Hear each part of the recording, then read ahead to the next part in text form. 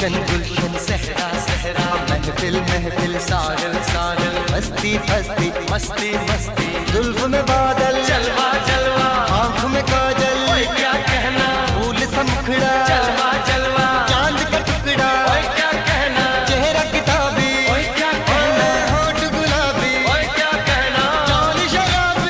উনি একটার পর একটা পরীক্ষায় প্রথম দ্বিতীয় তৃতীয় স্থান এরকম অধিকার করতেন। উনি বাইরেও গিয়েছিলেন, বিলাতেও গিয়েছিলেন পড়তে, ঠিক আছে।